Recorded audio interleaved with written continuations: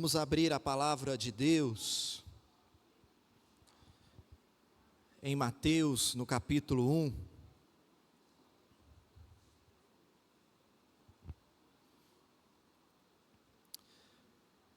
Nós estamos, durante esse mês, trabalhando uma série de mensagens, cujo título é Do Berço à Cruz, mostrando que desde o seu nascimento, cada passo que o Senhor Jesus deu foi na direção da cruz do Calvário, para morrer a nossa morte, para que nós pudéssemos viver.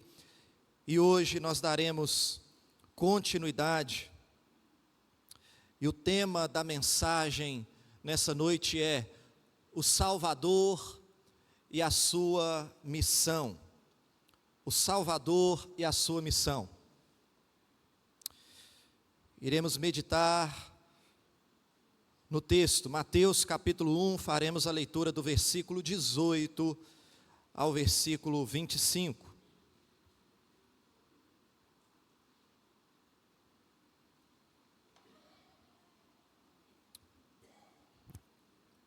Peço que você esteja acompanhando atentamente a leitura da palavra de Deus e permaneça com a sua Bíblia aberta até o final da exposição do texto sagrado. Diz assim o texto: Ora, o nascimento de Jesus Cristo foi assim: estando Maria, sua mãe, desposada com José, sem que tivesse antes coabitado, achou-se grávida pelo Espírito Santo. Mas José, seu esposo, sendo justo e não querendo infamar, resolveu deixá-la secretamente. Enquanto ponderava nessas coisas, eis que lhe apareceu em sonho um anjo do Senhor dizendo: José, filho de Davi, não temas receber Maria, tua mulher, porque o que nela foi gerado é do Espírito Santo. Ela dará à luz um filho e lhe porás o nome de Jesus, porque ele salvará o seu povo dos pecados deles. Ora, tudo isso aconteceu para que se cumprisse o que fora dito pelo Senhor por intermédio do profeta: eis que a virgem conceberá e dará à luz um filho, e ele será chamado pelo nome de Emanuel, que quer dizer Deus conosco. Despertando José do sono, fez como lhe ordenara o anjo do Senhor e recebeu sua mulher. Contudo, não a conheceu enquanto ela não deu à luz um filho, a quem pôs o nome de Jesus. Feche seus olhos mais uma vez. Pai amado, nós estamos aqui, ó Pai, nos curvamos diante do Senhor e suplicamos a Ti nessa hora, para que o Senhor ilumine a nossa mente, Pai, e nos dê entendimento da Tua palavra. Em nome de Jesus, que seja o Senhor, pelo Teu Espírito, conduzindo a exposição da Tua palavra e falando conosco. Nossa esperança é que o Senhor esteja agindo nessa hora, Pai, e falando ao nosso coração. É a Tua voz que nós precisamos e desejamos ouvir. Oramos em nome de Jesus. Amém. Meu amado irmão, o Natal não é apenas sobre o nascimento de Jesus, mas é também sobre o propósito eterno que esse nascimento carrega: a nossa redenção, a nossa salvação. E esse texto de Mateus nos leva a contemplar não somente o evento milagroso do nascimento de Jesus, mas essa passagem nos leva a contemplar também o significado profundo da vinda de Jesus ao mundo. O Senhor Jesus, Ele veio como o Salvador que foi prometido, ele veio como o cumprimento das Escrituras, ele veio como o Emanuel, que quer dizer Deus conosco. De maneira que cada detalhe do Natal aponta para o amor de Deus e a sua missão em nos resgatar. E nessa noite nós iremos destacar algumas lições preciosas dessa passagem que nos ajudam a entender melhor quem é esse Salvador e qual é a sua missão. Daí o tema, o Salvador e a sua missão. Quando nós olhamos para essa passagem, a primeira coisa que nós podemos destacar, a primeira coisa que nós vemos aqui é um Salvador prometido e atestado por milagres. Então, em primeiro lugar, um Salvador prometido e atestado por milagres. Querido irmão, o nascimento de Jesus foi um grande milagre realizado pelo Espírito Santo de Deus, mas a sua vida também foi marcada por grandes milagres que testificavam que de fato ele era o Salvador que havia sido prometido. Veja comigo os versículos 18 e 19. Ora, o nascimento de Jesus Cristo foi assim: estando Maria, sua mãe, desposada com José, sem que tivessem antes coabitado, achou-se grávida pelo Espírito Santo. Mas José, seu esposo, sendo justo e não a querendo infamar, resolveu deixá-la secretamente. Perceba, meu amado irmão, que Maria estava prometida em casamento a José, uma espécie de noivado naquele período. Mas antes do casamento, ela ficou grávida por intermédio do Espírito Santo. E nós podemos parar um pouco e imaginar a cabeça de José. A sua noiva ficou grávida e ele não havia tocado nela. Imagina, meu amado irmão, o que passou na mente, nos pensamentos de José. O texto diz que ele, por ser um homem justo, ele começou a pensar em um jeito de proteger a honra de Maria. E o texto diz que ele decidiu deixá-la secretamente, cancelar o casamento secretamente. Ele ficou pensando, olha, eu fico imaginando ele sem entender aquilo direito, mas ele não queria expor Maria. E ele disse, olha, eu não vou falar para ninguém, eu vou cancelar o casamento sem ninguém saber, eu não quero manchar a honra de Maria. Mas, enquanto José ponderava nessas coisas, enquanto ele pensava o que ele ia fazer, um anjo apareceu para ele e esclareceu tudo. Está aí no versículo 20, olha aí o versículo 20. Enquanto ponderava nessas coisas, eis que lhe apareceu em sonho um anjo do Senhor dizendo, José, filho de Davi, não temas receber Maria, tua mulher, porque o que nela foi gerado é do Espírito Santo. Meu amado, esse verso mostra para nós que o nascimento do nosso Salvador, de fato, foi um grande milagre. A sua mãe, Maria, era de fato e de verdade uma mulher virgem. E como pode uma virgem dar à luz, a não ser que seja pela intervenção extraordinária e sobrenatural do Deus Criador dos céus e da terra, a não ser que seja pela intervenção daquele que é o autor da vida.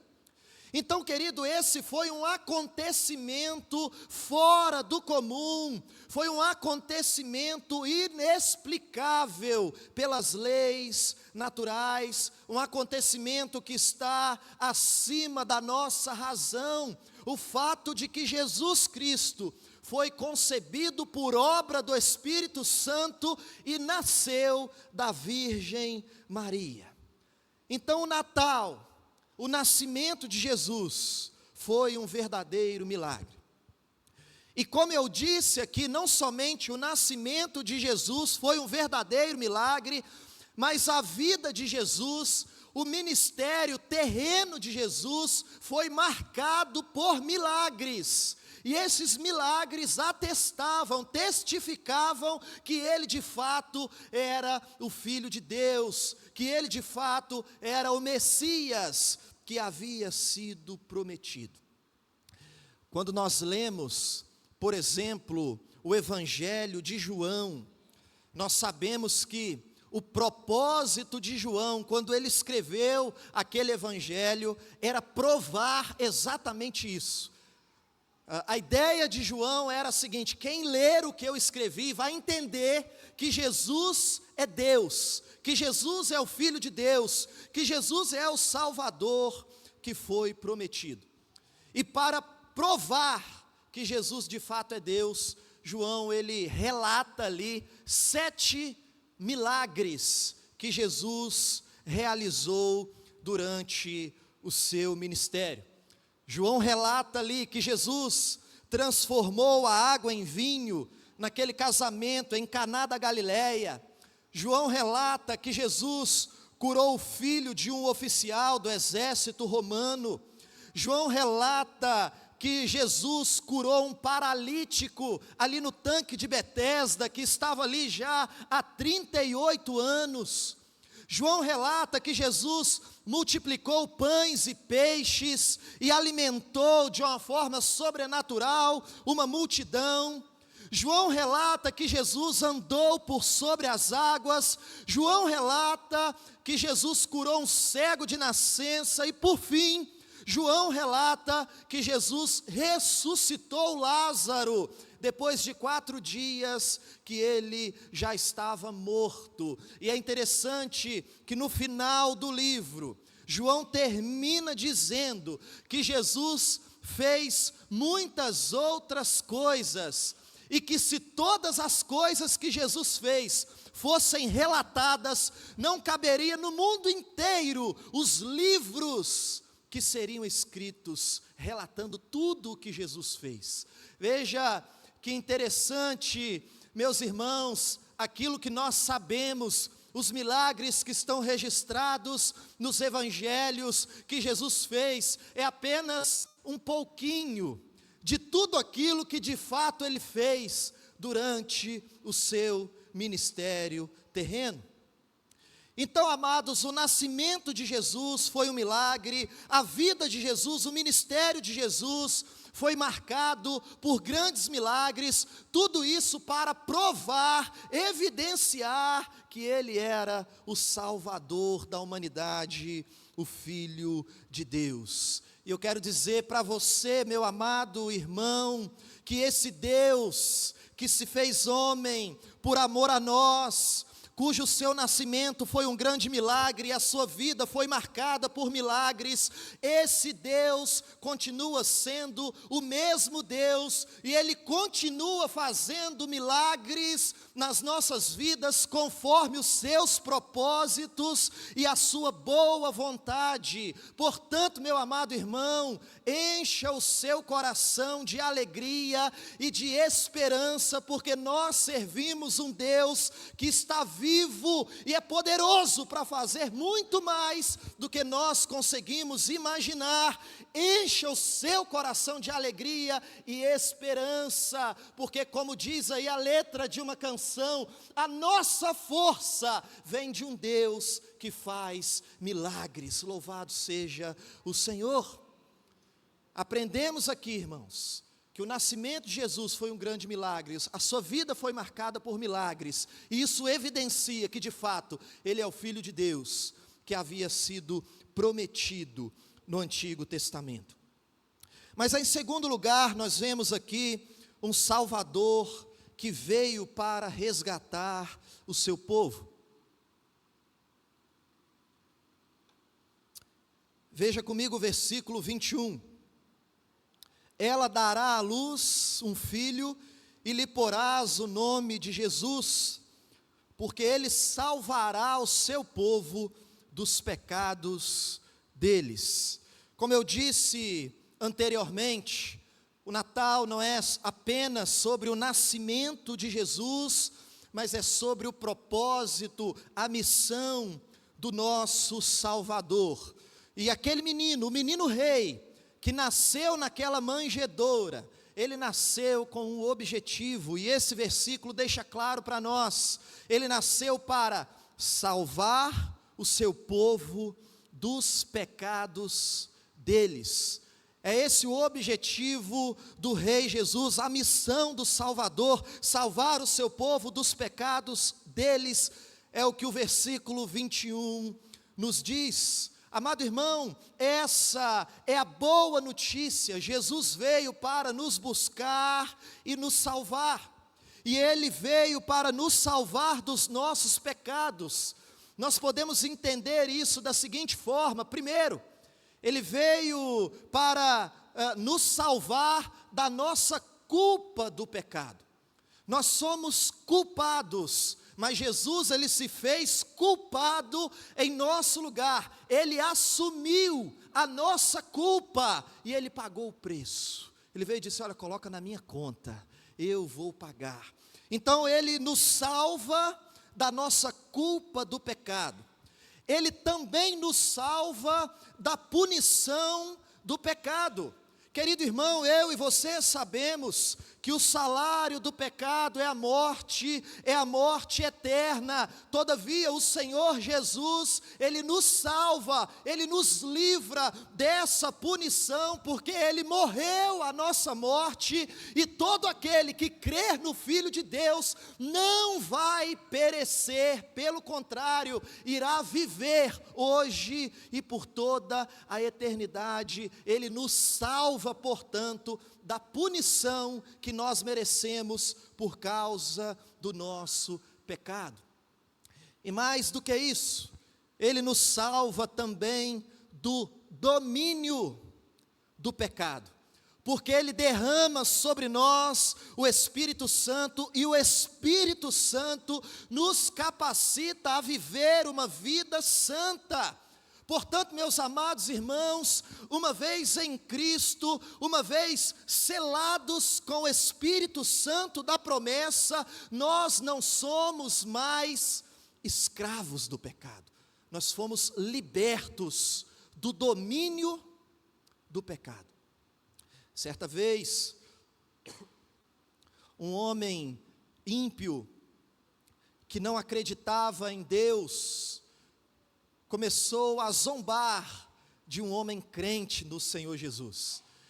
Ele se encontrou com esse homem em um ambiente de uma festa, e ele disse assim: olha, você é escravo da igreja, você é escravo do seu pastor, você não é livre, você não pode fazer o que você quer.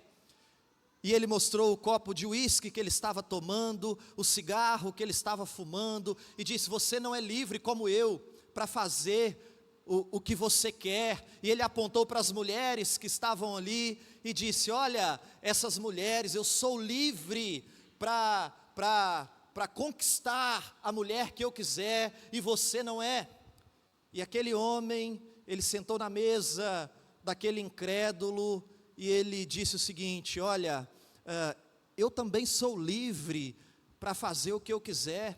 Se eu quiser, eu posso fumar o seu cigarro. Se eu quiser, eu posso sentar e beber essa garrafa de uísque. Se eu quiser também, eu sou livre para tentar conquistar qualquer mulher. Eu não faço isso porque eu não quero, porque a minha alegria é plena em Cristo Jesus, porque eu sou casado, eu tenho uma esposa, eu tenho família, e eu sou feliz, e eu não quero fazer isso. A pergunta que eu te faço é: e você?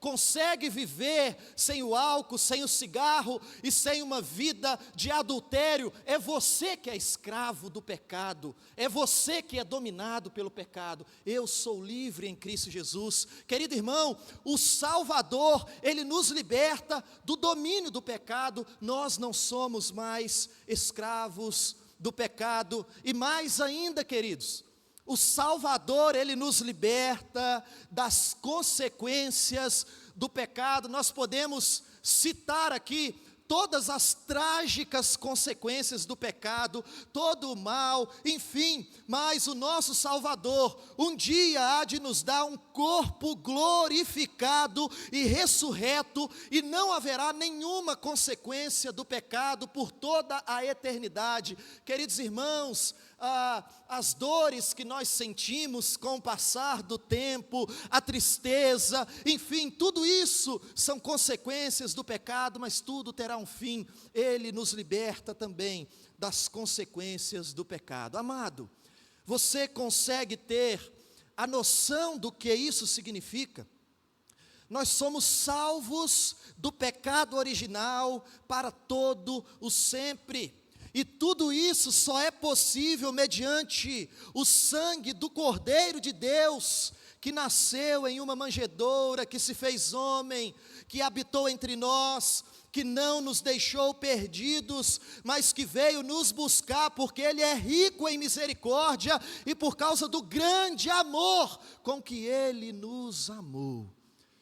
Portanto, meu amado, ser salvo significa receber a posse do maior de todos os bens, significa receber o bem mais precioso, uma herança eterna que a traça não corrói e o ladrão não rouba. Esse é o maior de todos os bens, a salvação em Cristo Jesus.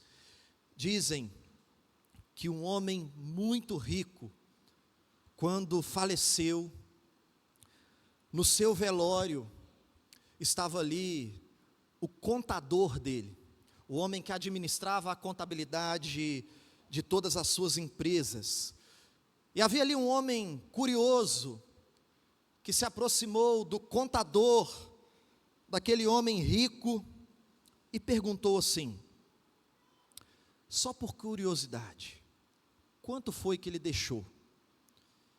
E o contador respondeu, ele deixou tudo, não levou nada, tudo que ele conquistou ficou aqui.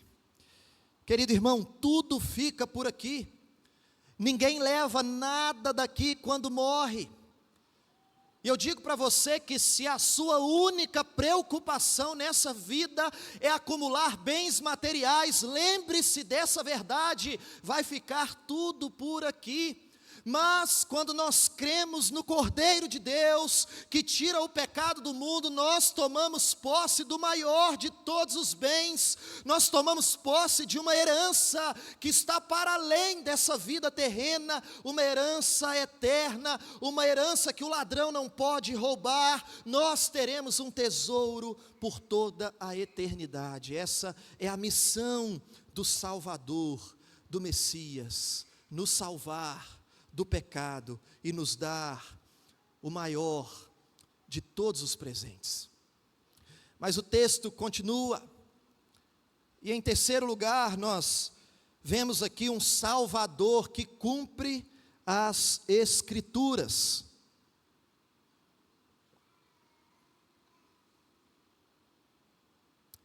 Um Salvador que cumpre as Escrituras. Meu amado, o nascimento de Jesus, como foi profetizado, é a prova da fidelidade de Deus e é a prova da veracidade das Escrituras sagradas.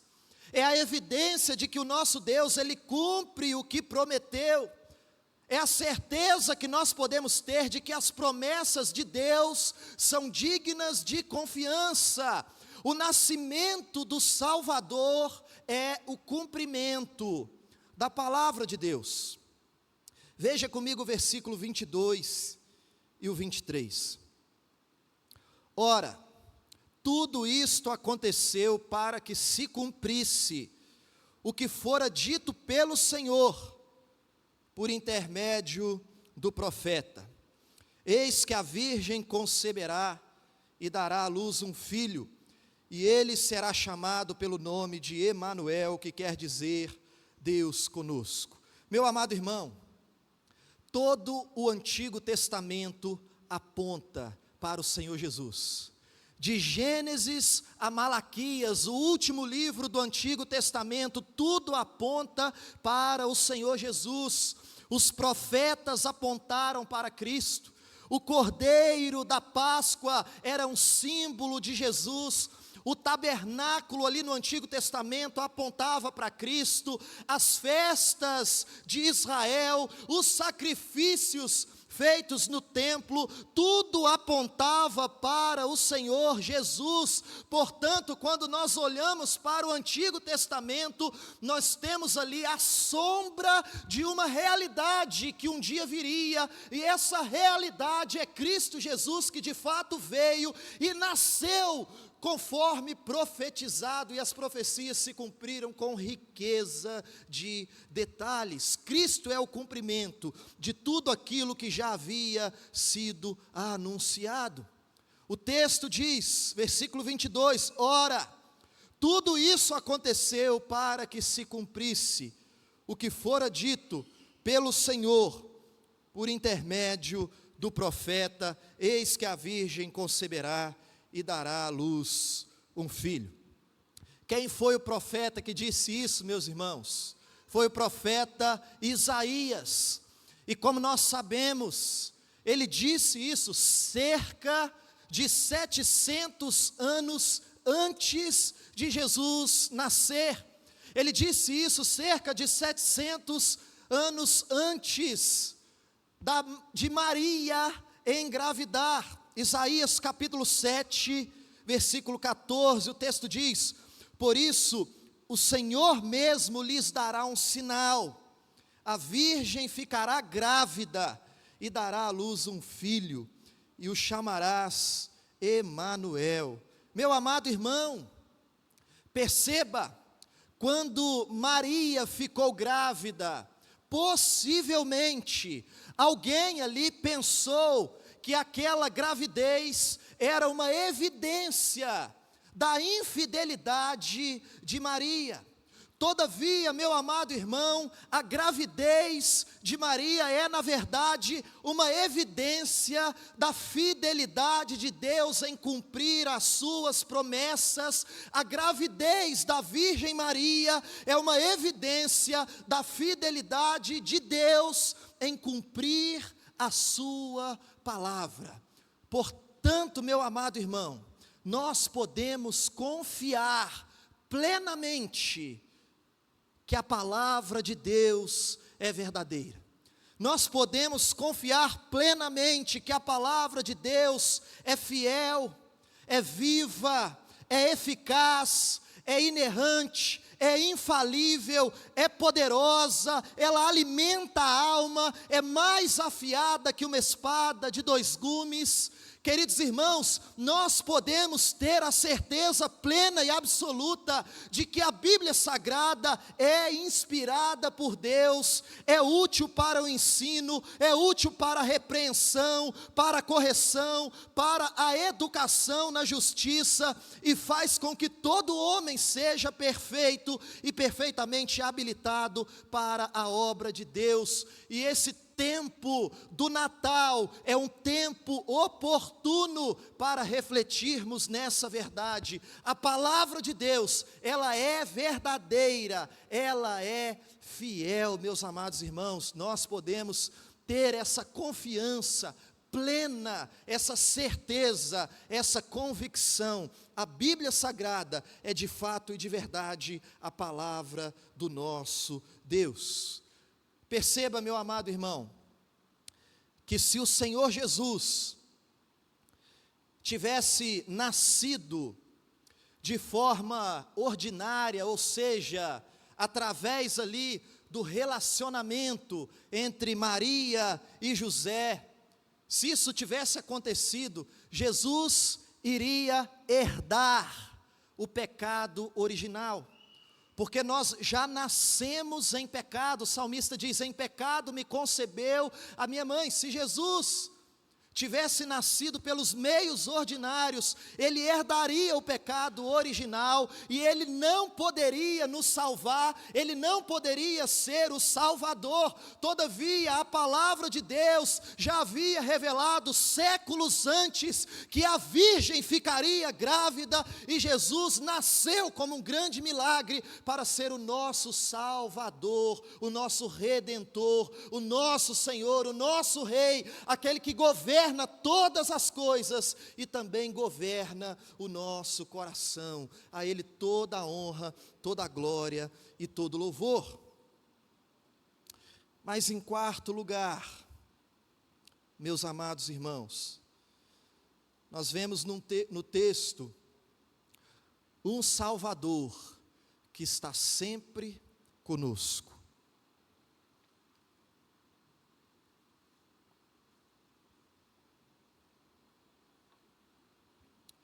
Veja comigo o versículo 23.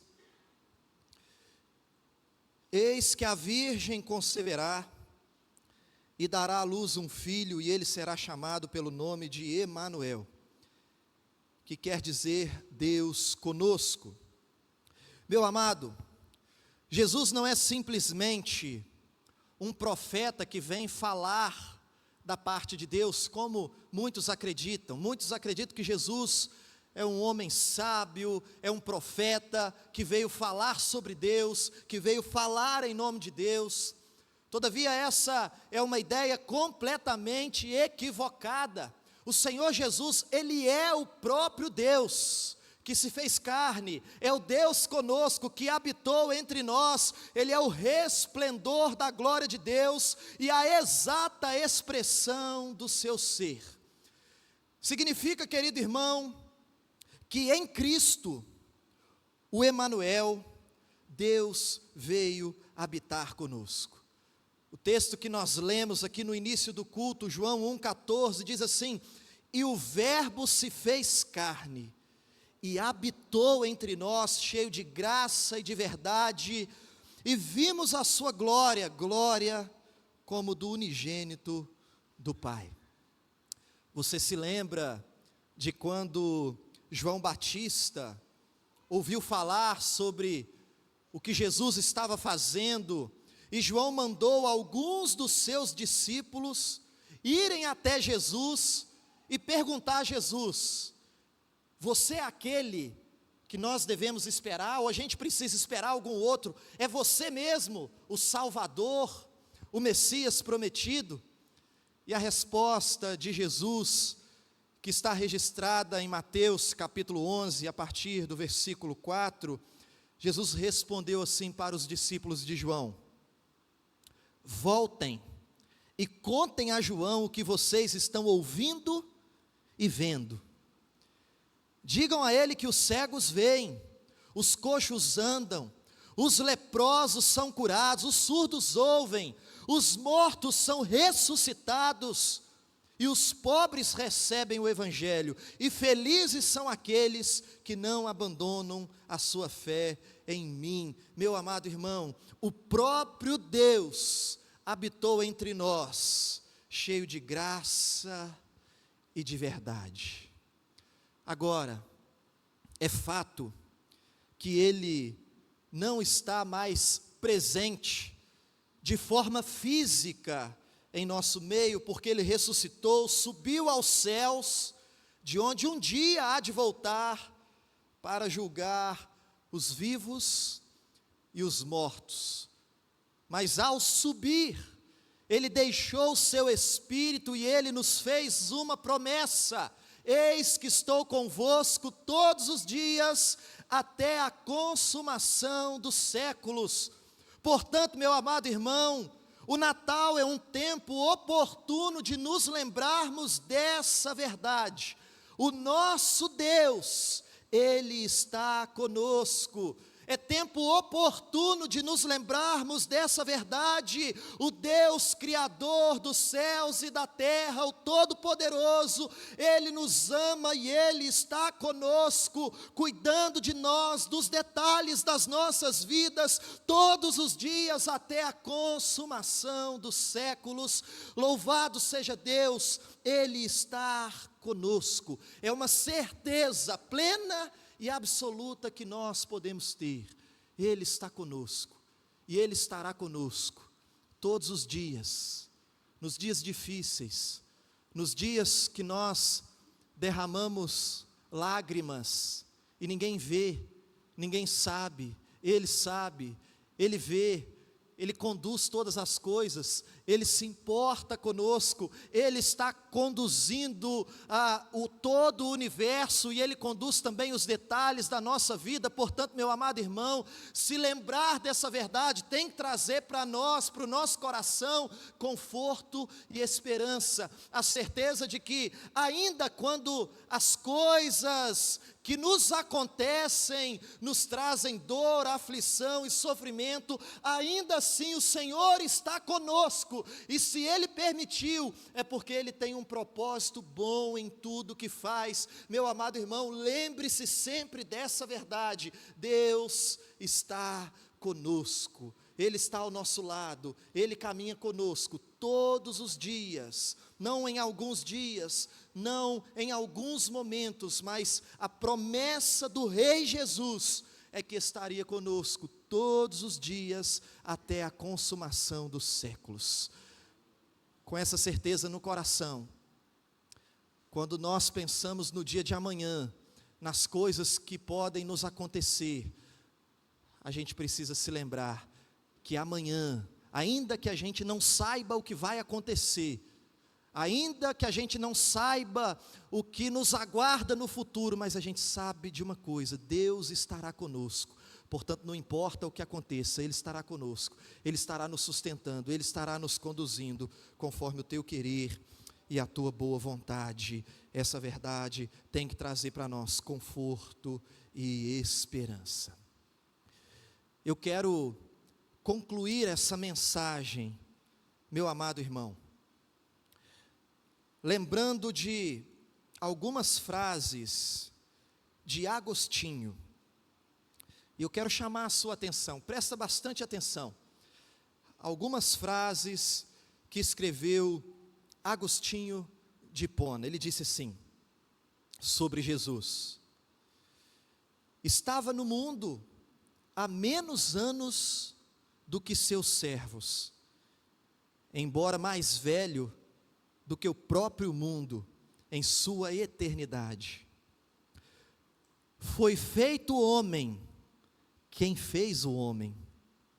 Foi criado de uma mãe a quem ele mesmo criou. Foi carregado pelas mãos que ele mesmo formou.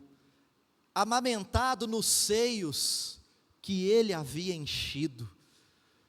Gritou na manjedoura, na infância, sem palavras. Ele, a palavra sem a qual toda a eloquência humana é muda.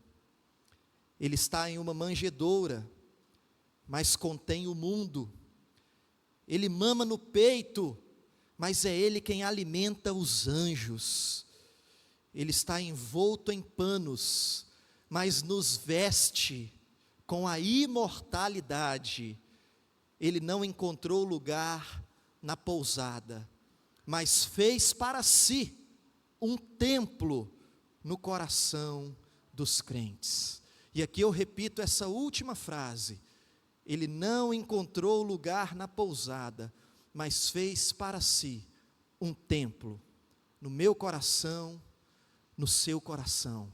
Ele habita em nós, Ele é Deus conosco.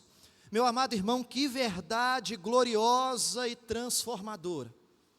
Saber que o Salvador, que veio ao mundo de uma forma humilde, em uma manjedoura, é o mesmo que governa sobre todas as coisas, e Ele escolheu fazer morada em nossos corações. Ele que é o Deus eterno, tornou-se Emanuel, Deus conosco, com o propósito de nos redimir e nos reconciliar com o Pai. Agora preste atenção, meu amado irmão. Como eu disse ontem, como eu tenho dito aqui, essa mensagem exige uma resposta da nossa parte. Porque o Salvador, ele não veio apenas para ser admirado. Ele não veio apenas para a gente se sentar no banco, assistir uma cantata. Ele não veio apenas para isso, mas ele veio para ser recebido. Querido irmão, ele não busca apenas o louvor superficial dos nossos lábios, mas ele busca o nosso coração totalmente rendido, ele busca a nossa vida totalmente dobrada diante da sua majestade. É isso que ele deseja, um coração contrito, um coração rasgado, um coração que reconhece a sua dependência do Salvador, que diz assim: eu preciso do Salvador, e eu dobro a minha vida diante da vontade de Cristo Jesus. Não sou eu mais quem vive, Cristo Jesus vive em mim, para que através de mim, Ele receba toda a honra, toda a glória e todo o louvor. É isso que o Salvador deseja, uma vida entregue, uma vida que seja um templo vivo para a glória do Rei Jesus.